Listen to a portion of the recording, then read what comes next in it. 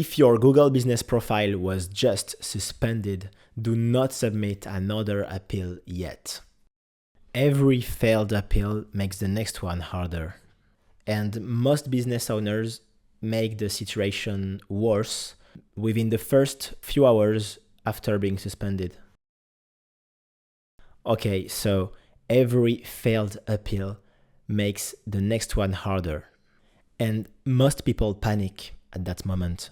They click appeal, they upload random documents, they explain that their business is legitimate, and Google denies it. The problem is that Google almost never tells you the real reason for the suspension. So business owners try to fix the wrong issue and burn the appeal on a problem they never actually solved.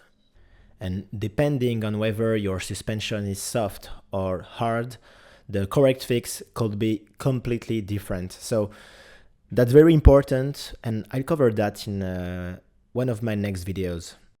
Here are the 3 biggest suspension mistakes to absolutely avoid, and those mistakes often explain why most appeals fail.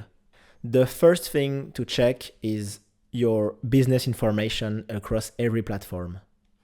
Google cross-references your GBP against your website, your directories, your previous profile data. Name, address, phone, they all need to be identical everywhere. Here is what that actually looks like in practice. A business updates their phone number on Google, but the old number is still listed on Yelp, Yellow Pages, and dozens of other directories they forgot about. Or the GBP shows suite 100, the website footer says number 100, and Google sees 3 different versions of the same business. That's a trust signal failure. So the suspension feels random, but it isn't. The violation was there from day one, most of the time. The second issue is the business name itself.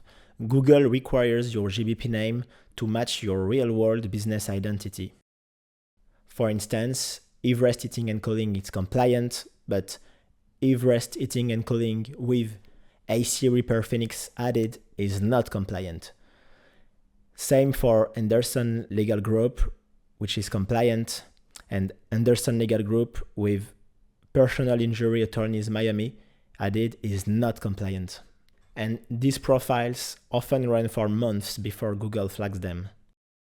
The third issue is how the business is configured in the first place on Google. For instance, a plumber works from home. Customers never come to him, he goes to them. He creates a storefront profile, lists his residential address publicly, and checks the wrong business type. Or a service business rents a co-working space mailbox and lists it as a physical storefront with no signage, no dedicated space, no staff presence. Google has very specific eligibility rules for each setup. And prepare your evidence before you start the appeal, because once you submit, Google gives you a limited window to upload your documents. If you're not ready when that window opens, the appeal is effectively incomplete. Okay, if your Google business profile has been suspended, don't guess at the fix. Click the link in the description and request your free reinstatement review. Within 24 hours, I'll personally review your suspension and tell you honestly whether I believe I can help. I don't accept every case. I only take the ones I genuinely believe I can help with. If I do, I'll handle your entire reinstatement from the compliance review to the appeal and every follow-up with Google until a decision is made. The link is in the description and pinned in the comment section, so you can get your free reinstatement review today. So if your Google business profile is suspended, here is what to do next, or right now or right after watching this video. First, stop making random edits. It's very important to freeze your profile while it is suspended, because if you make random edits, it could just make the situation worse. If you edit the wrong thing or anything, that could just make Google flag your account again. So it's very important to freeze. Do not make any random edits. Secondly, you have to identify what changed before the suspension. Any modifications or edits that were applied to your Google business profile, like name, addresses, or anything. You have to write it down.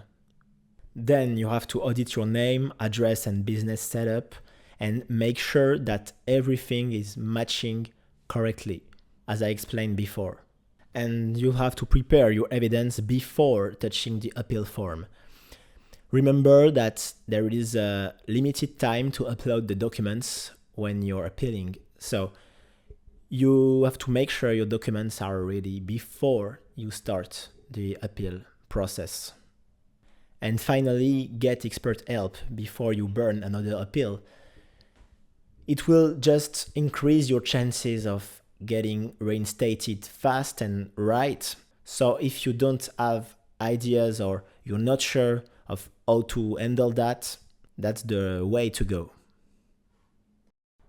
Okay, see you in the next one.